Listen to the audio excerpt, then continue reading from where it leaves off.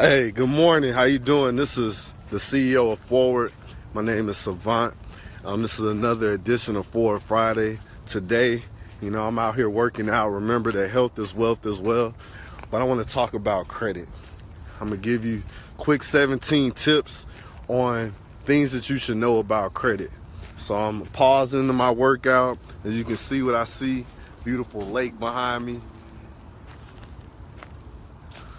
Saying make sure that you take care of yourself. Number one thing on credit, do you know the scores?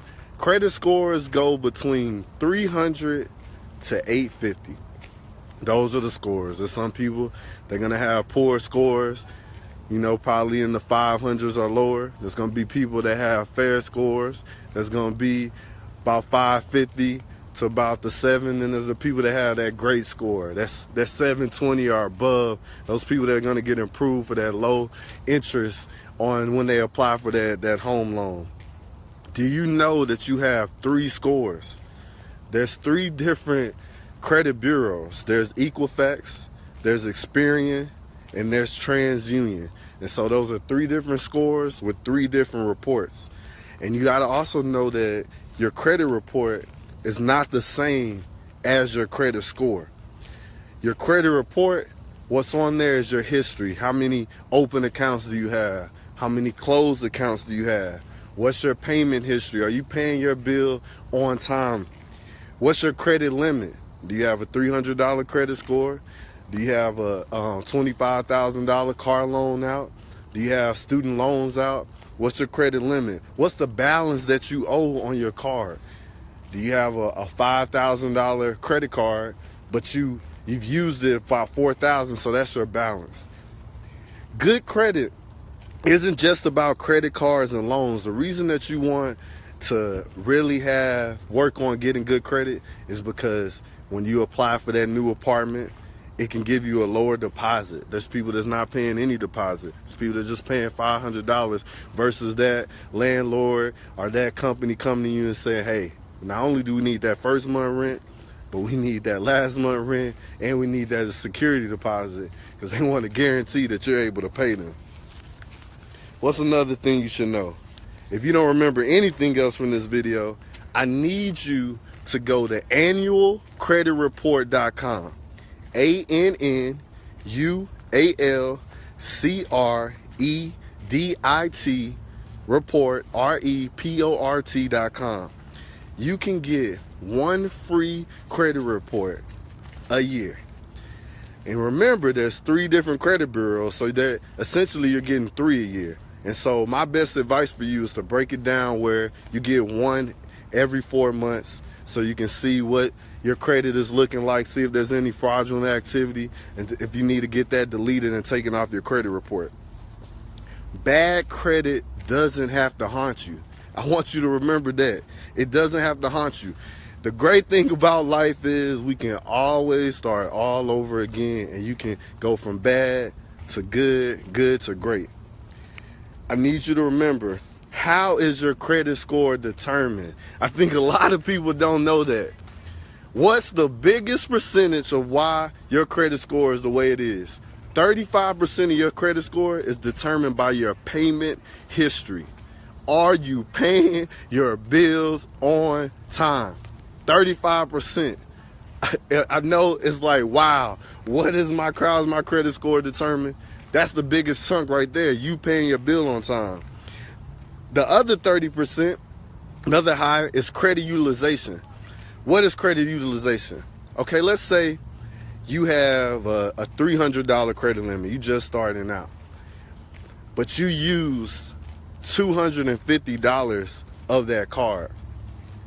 The credit bureau is not going to look at you in the right light.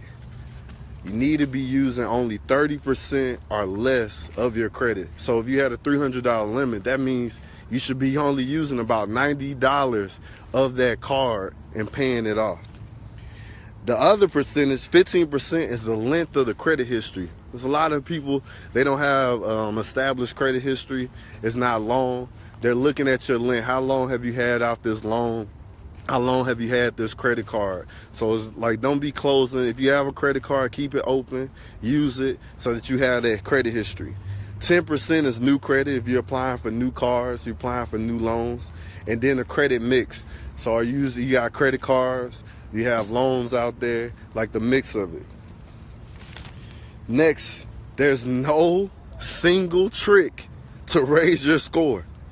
I know everybody, they may be watching these videos of how he got the answer. Just the one size fits all way of me fixing my credit. There is no one size fit all. The best advice I can give you is to actually get your credit score. And then you got to see, like if you're using Credit Karma, Credit Sesame, they're going to show you what are those scoring factors that determine why your credit is either good or bad. And if it's in the negative, they're going to tell you, hey, you're not paying your bill on time. You should start paying your bill on time. You make that one little winner change. Because remember, we're creating financial athletes that are winners. We're winners. If you create that one change, go from that bad habit to a winner's habit of paying your bill on time, watch that score just start going up. Don't need debt to have a credit score. A lot of people, I think they're confused. They think, oh, these people that had a great score, they're managing their debt well. No, they're paying off their balances. That's what you need to do. If you utilize your card, pay off the balance. And think of simple things that you spend your money on every month. If you have a car, you probably are buying gas to fill up that car every month. Why don't you use your credit card to pay for your gas and pay it off every month? Watch how your credit score just starts creeping up for something that you're gonna do with or without that credit card. Because you gotta put gas in your car, you gotta get from point A to point B. That's just a simple fix. A lot of you are about to take trips. Thanksgiving's coming up. Christmas is coming up. Why won't you purchase that airline ticket or that hotel room or that car you're about to rent with the credit card? You pay it off in full. That's something that can continuously help your score. 10. If you pull your credit report or your score, it's not going to affect your score. You're not the company, guys. You're not the company that's pulling that hard score when you go to apply for that car loan. It's you looking at your credit. It's you looking at your report. It's not going to affect your score. Oh, this is a big one, guys. Minimum payments are the worst way to pay off your debt, your credit card debt. Let's stop it, guys. Let's stop it. Because listen, when you only do a minimum payment, that means you are taking the longest and the most expensive route to pay off your credit. The longest and most expensive. Because what is it doing? It's adding more and more interest. That's how the credit card companies are making their money. They're making their money off of interest. You can't do that minimum payment.